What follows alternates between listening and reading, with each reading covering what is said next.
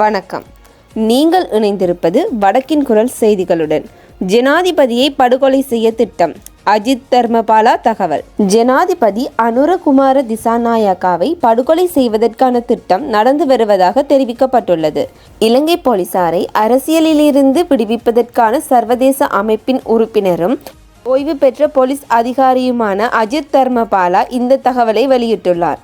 இணைய ஊடகம் ஒன்றில் இடம்பெற்ற நேர்காணலில் கலந்து கொண்டு பேசிய அவர் இதனை தெரிவித்துள்ளார். ஜனாதிபதி பாதுகாப்பு பிரிவு அல்லது பாதுகாப்பு பிரிவின் உறுப்பினராக மாறுவேடமிட்ட ஒரு கொலையாளி மூலம் இந்த திட்டம் செயல்படுத்த நடவடிக்கை எடுக்கப்பட்டுள்ளதாக அவர் சுட்டிக்காட்டினார். இதன் காரணமாக ஜனாதிபதியின் பாதுகாப்பு நடவடிக்கைகள் கடுமையாக்கப்பட்டுள்ளதாகவும் அவர் வலியுறுத்தினார். இந்த தகவல் மிகவும் நம்பகமான ஆதாரங்களில் இருந்து பெறப்பட்டதாகவும் அதனை புறக்கணிக்க முடியாது என்றும் அவர் கூறியுள்ளார். 1.5 நிமிடங்களில் பேசி முடித்த அர்ச்சுனா ராமநாதன் எம்பி இன்று நாடாளுமன்றத்தில் 1.5 நிமிடங்களில் தனது கேள்விகளை கேட்டு முடித்துள்ளார்.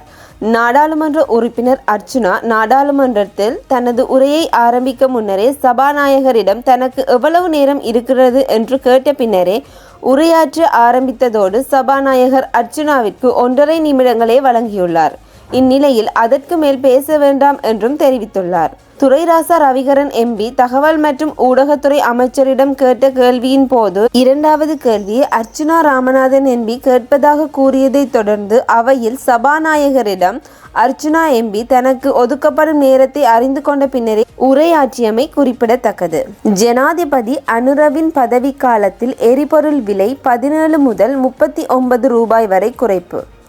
ஜனாதிபதி அனுரகுமார திசாநாயக்கவின் பதவிக்காலத்தில் முதல் ஆண்டில் எரிபொருள் விலை 17 முதல் 39 ரூபாய் வரை குறைந்துள்ளதாக அமைச்சரவை பேச்சாளரும் அமைச்சருமான வைத்தியர் நலிந்த ஜேதிச தெரிவித்தார். ஊடகங்களிடம் இன்று உரையாற்றிய அமைச்சர் இவ்வாறு தெரிவித்துள்ளார். அரசாங்கம் பதவியேற்று 1 வருடம் நிறைவடையும் வேளையில் எரிபொருள் விலைகள் மற்றும் பிற பொருட்கள் மற்றும் சேவைகளின் விலை குறைப்பு மக்களுக்கு ஓரளவு நிம்மதியை அளித்துள்ளது என்றார். தரவுகளின்படி 2024 ஆகஸ்ட் 31 மற்றும் 2025 ஆகஸ்ட் 31க்கு இடையில் லங்கா பெட்ரோல் 92 ஒக்டேன் 1 லிட்டரின் விலை 33 ரூபாவால் குறைக்கப்பட்டுள்ளது. அதே நேரத்தில் லங்கா பெட்ரோல் 95 ஒக்டேன் லீட்டர் ஒன்றின் விலை 36 ரூபாவால் குறைக்கப்பட்டுள்ளது. லங்கா ஓட்டோ டீசலின் விலை லீட்டருக்கு 24 ரூபாவால் குறைக்கப்பட்டுள்ளதுடன் சூப்பர் டீசலின் விலை 39 ரூபாவால் குறைக்கப்பட்டுள்ளது. இதேவேளை மண்ணெண்ணெய் லீட்டர் ஒன்றின் விலை 17 ரூபாவால் குறைக்கப்பட்டுள்ளதாகவும் தெரிவிக்கப்பட்டுள்ளது. QR முறையில் உர விநியோகம். தேயிலை செய்கையாளருக்கு உர நிவாரணத்தை வழங்கும் போது ஏற்படும் முரண்பாடுகளை தவிர்க்கும் வகையில் எதிர்காலத்தில் புதிய நடைமுறை ஒன்று அறிமுகப்படுத்தப்படும் என பெருந்தோட்டத்துறை அமைச்சர் சமந்த விஜயரத்ன தெரிவித்தார். நாடாளுமன்றத்தில் இன்று உரையாற்றிய போதே அவர் இதனை தெரிவித்தார். QR முறைப்படி உரத்தை வழங்குவதற்கு நடவடிக்கைகள் எடுக்கப்படும் எனவும் அவர் கூறியுள்ளார்.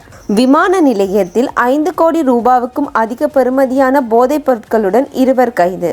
கட்டுநாயக்க விமான நிலைய வருகை முனையத்தில் 5 கோடி ரூபாய்க்கும் அதிக பெறுமதியான போதைப் பொருட்களுடன் 2 கைது செய்யப்பட்டுள்ளனர். சந்தேக நபர்கள் இன்று காலை சுங்க போதைப்பொருள் கட்டுப்பாட்டு பிரிவு அதிகாரிகளால் கைது செய்யப்பட்டுள்ளனர். தாய்லாந்தின் பேங்காக்கில் இந்த போதைப்பொருள் தொகையை கொள்வனவு செய்து இந்தியாவின் புதுடெல்லிக்கு சென்று ஏர் இந்தியா விமானம் AI-277 ஊடாக சந்தேக நபர்கள் இன்று காலை 6:50க்கு கட்டுநாயக்க விமான நிலையத்தை வந்தடைந்ததாக கூறப்படுகின்றது. பறிமுதல் செய்யப்பட்ட குஷ் போதைப் பொருள் சுமார் 5 கிலோகிராம் நிறையுடையது என தெரிவிக்கப்படுகின்றது.